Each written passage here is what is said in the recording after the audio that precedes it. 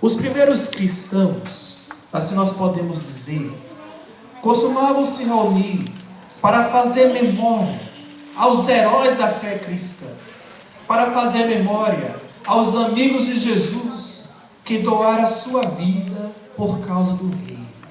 Tanto é que as primeiras igrejas, vai a Roma por exemplo, estão construídas em cemitérios, porque era ali que os primeiros cristãos, ou aqueles que derramaram ou entregaram a sua vida pelo mistério do Reino de Deus e também por Jesus Cristo, foi ali cujas vidas ceifadas se tornaram sacramentos, símbolos da nossa fé, símbolo de todo aquele que decide abraçar a fé cristã, de todo homem e mulher que sabe que o único ser, a única pessoa absoluta na nossa vida é Deus.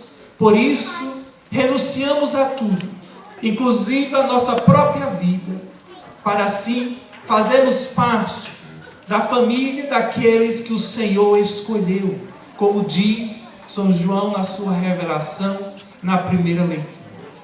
Na primeira leitura mostra o número daqueles que foram eleitos para estar na presença de Deus.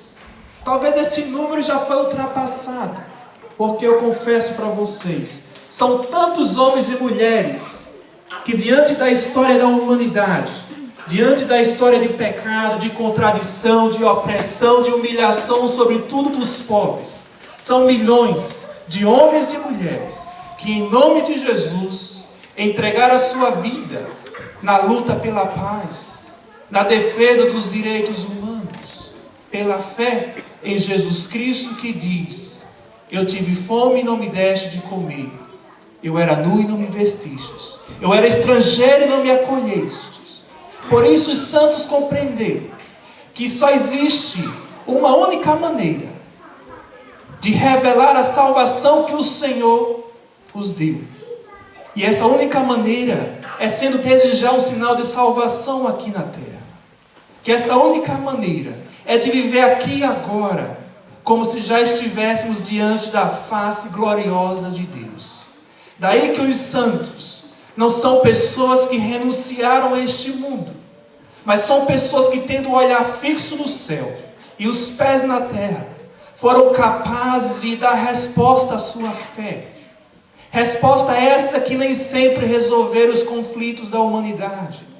Respostas essas que não resolveram todos os nossos dilemas, que não resolvem nem respondem todas as nossas questões, mas diante da ambiguidade, diante da escuridão, eles foram capazes de se manter firme na fé, de professar a sua fé, mesmo diante daqueles momentos em que a guerra parecia reinar, em que o ódio parecia reinar sobre nós. Estes são os homens e mulheres que nós celebramos hoje, como São Francisco de Assis, que ouvindo o sermão da montanha, em que Jesus diz: felizes os pobres em espírito, felizes os pobres em espírito, assumiu o convite de Jesus de viver a sua pobreza humana e espiritual, se esvaziando, para que assim o Senhor, no seu mistério e na sua graça, pudesse habitar nele, e assim com radicalidade viver os valores do Evangelho.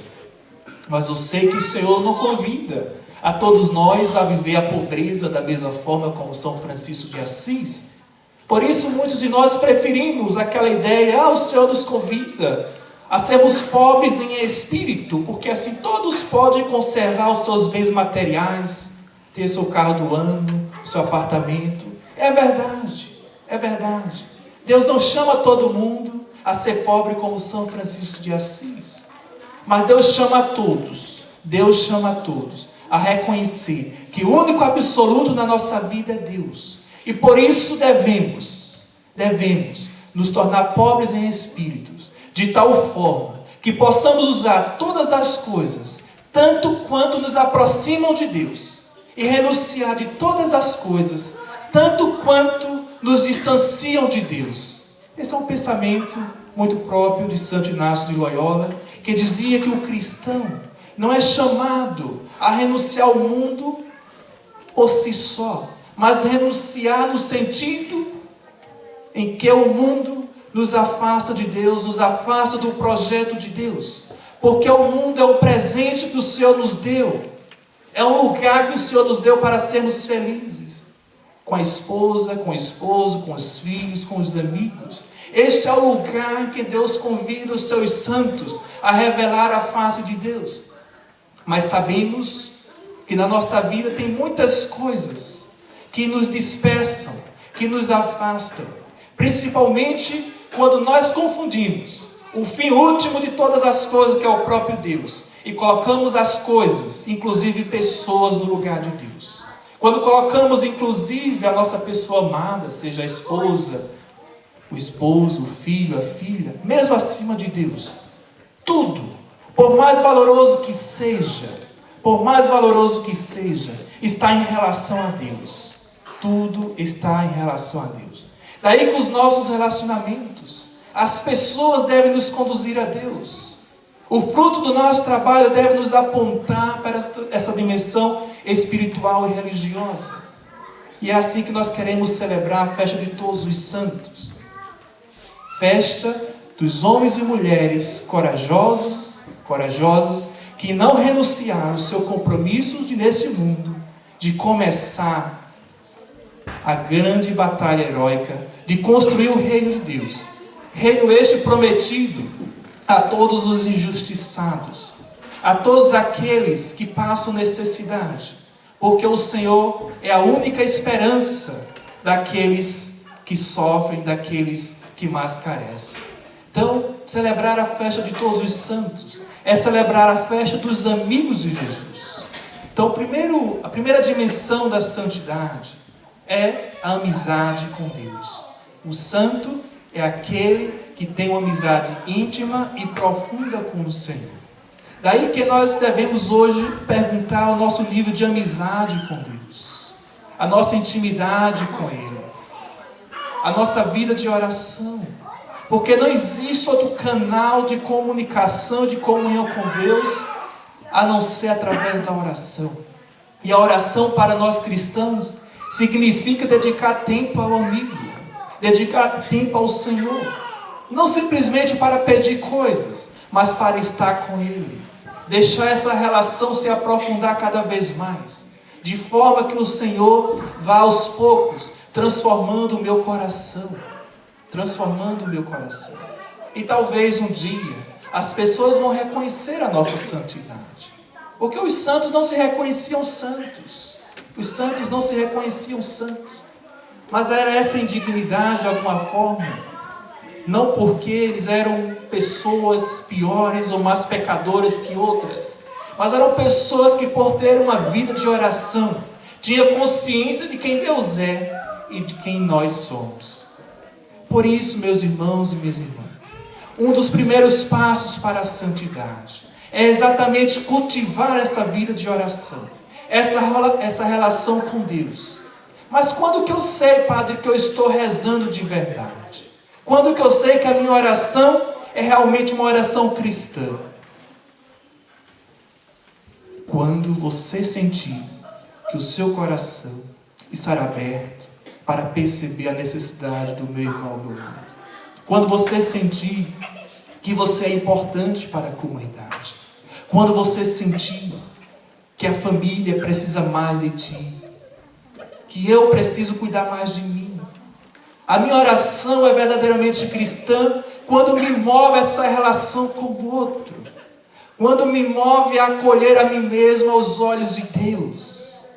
Daí que a minha oração não pode ficar presa, reduzida ao meu próprio universo, mas deve revelar a Deus na minha relação com o outro. E é isso que os santos vêm nos mostrar. Primeiro, por serem pessoas de oração. Segundo, por serem pessoas de comunhão. Pessoas de comunhão. Porque eles não foram santos sozinhos, mas com o outro. Pela salvação dos demais. Pela salvação dos demais. Então eu me santifico, meus irmãos, minhas irmãs, na medida em que eu trabalho também para a santificação do outro. E o que é a santificação? está lá na primeira leitura. É estar na presença do Senhor. E estar na presença do Senhor significa viver segundo os frutos do sermão da montanha, que é onde não há paz, viver como filho da paz. Onde há injustiça, que se faça justiça, que seja a justiça do outro, que seja o amparo do outro, que seja essa presença de Cristo na vida dos demais irmãos e irmãs. Então hoje nós vamos convidar alguns santos, tá bom? Prepara nossas crianças, venham aqui. Vamos acolher alguns santos representados, essas crianças, que vieram celebrar conosco. Vamos cantar.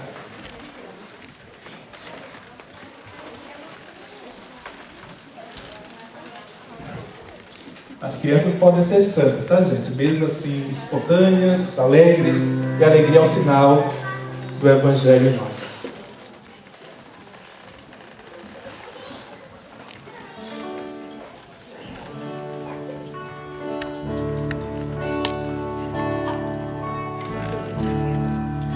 Um dia uma criança me parou, olhou-me nos meus olhos a sorrir. Caneta e papel na sua mão, tarefa escolar para cumprir.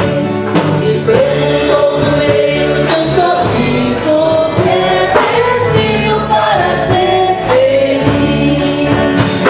Amar como Jesus amou, sonhar como Jesus sonhou, pensar como Jesus pensou, viver como Jesus viveu, sentir o que Jesus sentia, sorrir como Jesus sorria. E ao chegar ao fim do dia, eu sei que eu morreria muito mais feliz. Sentir o que Jesus sentia, sorrir como Jesus sorria. E ao chegar ao fim do dia, eu sei que eu morreria muito mais feliz. Ouvindo o que eu falei, ela me olhou e disse que era lindo o que eu falei. Pediu que eu repetisse, por favor, e não falasse tudo de uma vez. Me perguntou de novo no sorriso: é preciso para ser feliz? Amar como Jesus amou, sonhar como Jesus sonhou, pensar como Jesus pensou, viver como Jesus viveu, sentir o que Jesus sentia, sorrir como Jesus sorria. E ao chegar ao fim do dia, sei que eu morreria muito mais feliz. Sentir o que Jesus sentia, sorrir como Jesus sorria. E ao chegar ao fim do dia, eu sei que eu morreria muito mais feliz. Depois que eu terminei de repetir, seus olhos não saíam do papel. Toquei no seu rostinho e a sorri, pedi que eu transmitisse fosse fiel. E ela deu-me um beijo demorado e ao meu lado foi dizendo assim: amar como Jesus amou, sonhar como Jesus sonhou, pensar como Jesus pensou, viver como Jesus viveu, sentir o que Jesus sentia, sorrir como Jesus sorria. E ao chegar ao fim do dia, sei que eu dormiria muito mais feliz, sentindo o que Jesus sentia, sorrir como Jesus sorria. E ao chegar ao fim do dia, sei que eu dormiria muito mais feliz. Viva todos os santos! Pode sentar, tá, gente? Aqui temos vários santos e santas de Deus. Aqui nós temos, qual é o seu nome, minha santa? Santa Maria Gorete. Santa Maria Gorete. E o seu nome real, minha santa? Jennifer. Pronto, Santa Jennifer, tá bom? Então aqui temos vários santos e santas de Deus, tá bom? São candidatos, candidatas. Já começaram a sua caminhada, desde o batismo. Quando vocês, pais e mães, trouxeram essas crianças para apresentar ao Senhor. Elas são aquelas acolhidas por Deus para serem parte dos eleitos, daqueles escolhidos pelo Pai. Todos nós. Então essas crianças estão trajadas aqui, não apenas para representar aqueles que deram a vida pelo Senhor, que viveram as bem-aventuranças, mas para representar todos nós que continuamos essa caminhada juntos ou rumos a Jerusalém Celeste. E como diz essa música do Padre Zezinho, o que fazer para ser feliz? A mesma resposta serve: o que fazer para ser santo? E não existe outra resposta, a não ser amar como Jesus amou. Olhar o mundo, agir, sentir a partir do seu coração. E é muito simples ser santo. Todo o segredo está aí. Todo o segredo. Mas talvez a nossa vontade seja fraca. Seja fraca. Para vivermos aquilo, aquela simplicidade que o Senhor nos pede, que é simplesmente olhar o mundo como Ele olha. Cuidar do outro como Ele cuida. Acolher sobretudo os pecadores. Aqueles que de alguma forma se desviaram por inúmeras razões. Então a santidade é muito simples. É tão simples que é complicado para nós adultos. Mas peçamos a graça ao Senhor, porque a santidade, apesar de ser simples, é um dom que só Deus nos dá. Não é um mérito, uma conquista minha, fruto do meu esforço pela perfeição, mas é uma virtude, um dom que o Senhor me dá e que eu experimento durante toda a minha vida. Louvado seja nosso Senhor Jesus Cristo. Para sempre seja louvado. Por favor, organize as crianças aqui assim, essas que estão aqui. Vamos continuar a nossa